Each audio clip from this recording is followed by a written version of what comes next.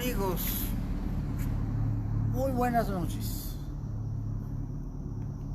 Este día es un día muy importante en la historia de México. No he visto muchas referencias en los periódicos culturales, en los canales de televisión, y es extraño. Pero hace 500 años, una madrugada como la de hoy, del 18 al 19 de agosto, pero de 1519, estaban ocurriendo hechos fundamentales en la historia de una nación, que con los años se llamaría México. Hace 500 años, exactamente un día como hoy, al filo de la madrugada y antes del amanecer el 19 de agosto, Hernán Cortés dejó la comodidad de la costa, la seguridad de sus bajeles, para iniciar una aventura que sería sin duda fundamental. Tenía mucha información, durante más de 3 meses se había documentado. Sabía exactamente que el imperio azteca era enorme, que había una gran distancia y una gran altura que vencer. Las costas húmedas, lluviosas y calientes siempre, por el altiplano del que sabía tenía un clima más seco y sumamente extremoso. Pero Cortés era un hombre del Renacimiento, seguro de sí mismo. No era un bárbaro, sino un hombre ilustre, en el sentido de ilustrado. Redactaba, y eso lo sabemos por las cartas de relación, con excelencia. Tenía conocimientos de geografía de los más adelantados para su tiempo. Entendía la magnitud de su aventura y las consecuencias que tendría. Sabía que se estaba jugando el todo por el todo y que su vida estaba en prenda. Ya había tenido contacto con doña Marina, quien le había dicho perfectamente a través de Jerónimo de Aguilar, su otro traductor, que el imperio azteca era descomunalmente poderoso. Miles de soldados enemigos, cientos de kilómetros a vencer. Por supuesto, todas las dificultades del camino. El ascenso a más de 2.000 metros de altura, casi los 3.000, para llegar a un lugar llamado Tenochtitlan o Tenochtitlán. Así que Cortés midió, analizó y se decidió a partir exactamente el 19 de agosto de 1519, el mismo año en que en Francia moría Leonardo da Vinci. Estamos hablando justamente del Renacimiento. Hernán Cortés debía ser un hombre del Renacimiento. Aquella España que se estaba fundiendo y que se estaban haciendo de un enjambre de reinos como el de León, el de Castilla, el de Navarra, el condado de Cataluña, todas aquellas provincias desbalagadas que a través de la unión de dos príncipes, Isabel y Fernando, dieron lugar a una nación moderna, que es España.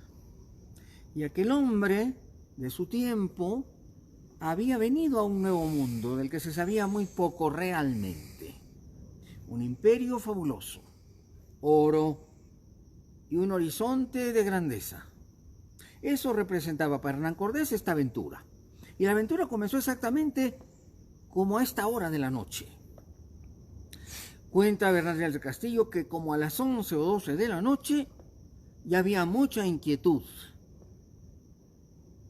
Se esperaba el alba para salir. Se habían juntado los indios aliados de Cortés, por lo menos 3 a 4.000. Gente totonaca de la costa del Golfo. Serían sus portadores de vituallas, más de 700 canastos de tamales, sí, de tamales. El tamal era un producto prehispánico que existía por lo menos desde la época de los olmecas, en el siglo IV o V antes de Cristo. Aquello eran sus vituallas. Y esos indios totonacas cargarían 2 de los cañones. Otros se quedaron en la costa. Es evidente que Cortés esperaba encontrar adversidades. No se imaginaba cuántas, tampoco sabía exactamente la ruta. Tenía un panorama, una idea. Seguiría hacia las montañas, hacia un paso de montaña llamado Jalapa.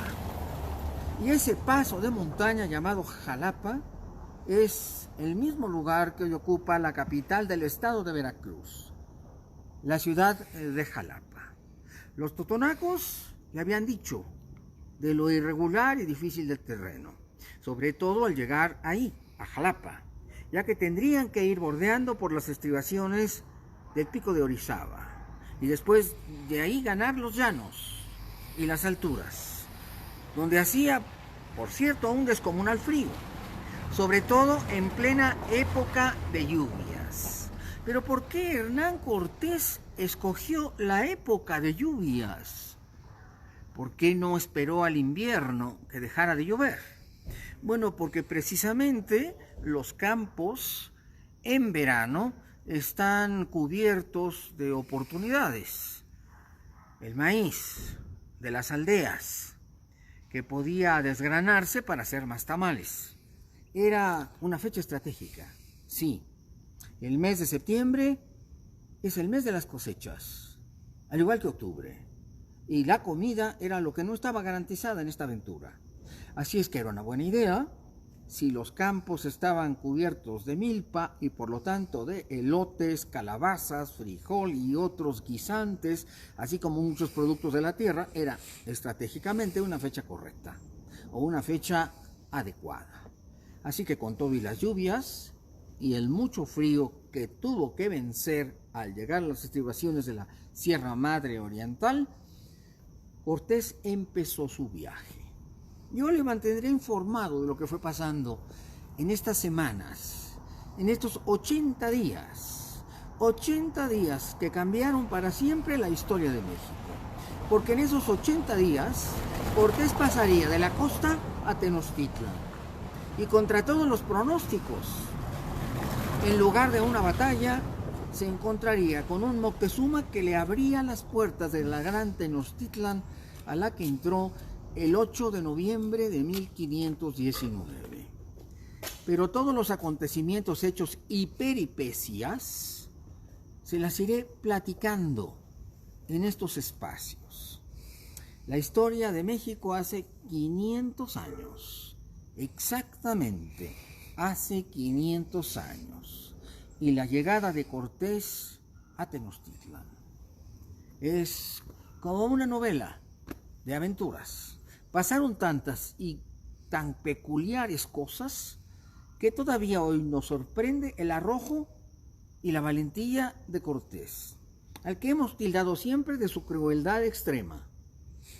Pero eso sí, no de falta de valor. Amigos, gracias por estar conmigo en esta transmisión. No quise dejar esta fecha a perder. 500 años, un día como hoy, exactamente en la historia, Hernán Cortés dejó la comodidad de la costa, la seguridad de sus bajelios, los cuales desmanteló, mas no quemó, y finalmente tomó la decisión de ascender la montaña e ir a los valles centrales en pos de conocer la capital de los aztecas.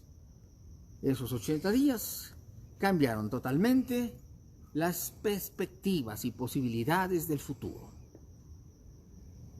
El arrojo, gallardía y valor de Cortés es innegable. Su crueldad también es parte de los hechos. Pero finalmente, hoy, hace 500 años, comenzó la aventura. Y yo le prometí que íbamos a narrar esa aventura tal y como ocurrió. Y lo iremos haciendo los próximos 80 días. De manera que yo les pido que me sigan en estas transmisiones que haremos precisamente a lo largo de estos 80 días, antes del 8 de noviembre, en que Cortés finalmente pudo ver cara a cara, face to face, a el hombre más poderoso del continente americano, que sin duda era Moctezuma Xocoyotzin, emperador de los aztecas. Muchas gracias, amigos. Gracias por seguirme y por estar aquí. Me despido de ustedes y les recuerdo que continuaremos con estas transmisiones. Nos vemos, amigos.